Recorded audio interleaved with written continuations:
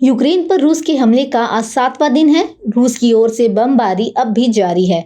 कई देश यूक्रेन को लड़ने के लिए मिलिट्री उपकरण दे रहे हैं, तो वहीं दूसरी तरफ अमेरिका और उनके सहयोगियों द्वारा रूस पर कई प्रतिबंध लगाए गए हैं, जिसकी पृष्ठभूमि में अब कई बड़ी कंपनियां रूस के साथ अपने कारोबार को सीमित कर रही हैं या फिर बंद कर रही हैं, जिसमें एप्पल, गूगल और मेटा जैसी कई बड़ी कंपनियां शामिल हैं, जो फिलहाल के लिए रूस में अपना व्यापार बंद करने या अन्य कठोर उपाय की ओर आगे बढ़ रही है। तो चलिए जानते हैं एप्पल, गूगल और मेटा ने क्या क्या कदम उठाए।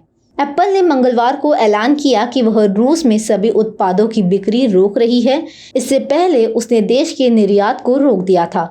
वहीं फेसबुक की मालिक कंपनी मेटा ने शुक्रवार को रूसी मीडिया को दुनिया भर में अपने प्लेटफॉर्म पर विज्ञापन चलाने और पैसा कमाने से रोक दिया। इसके बाद गूगल ने भी ऐसा ही कुछ किया। गूगल ने रूसी मीडिया, आरटी और अन्य चैनल की ओर अपने वेबसाइट, ऐप्स और यूट्यूब वीडियो पर विज्ञापन से पैसे कमाने से रोक दिया।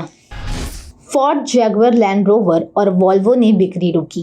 जैगुआर लैंड रोवर ने व्यापारिक चुनौतियों के कारण रूस को अपनी कारों की डिलीवरी पर रोक लगा दी है।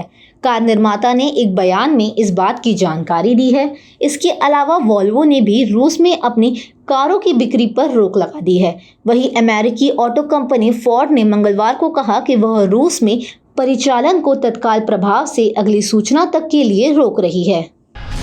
कई तेल कंपनियां ने भी छोड़ा रूस।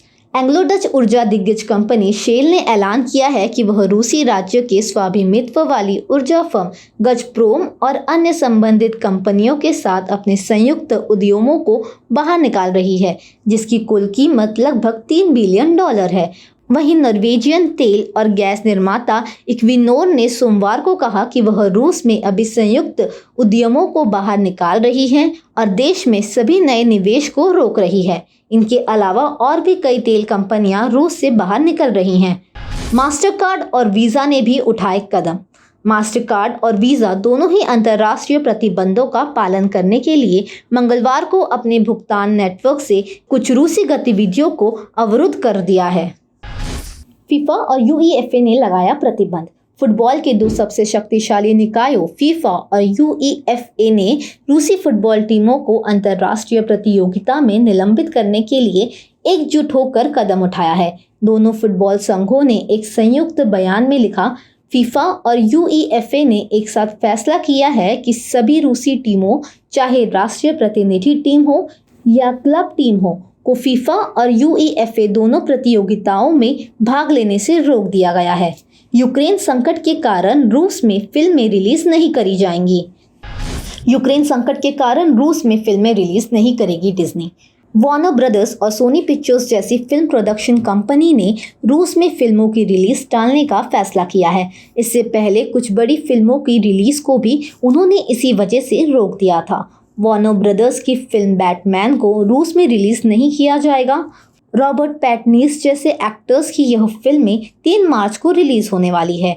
वार्नर मीडिया के प्रवक्ता ने कहा, हम स्थिति पर नजर रखेंगे और हमें इस त्रासदी को जल्द और शांतिपूर्वक समाधान होने की उम्मीद है।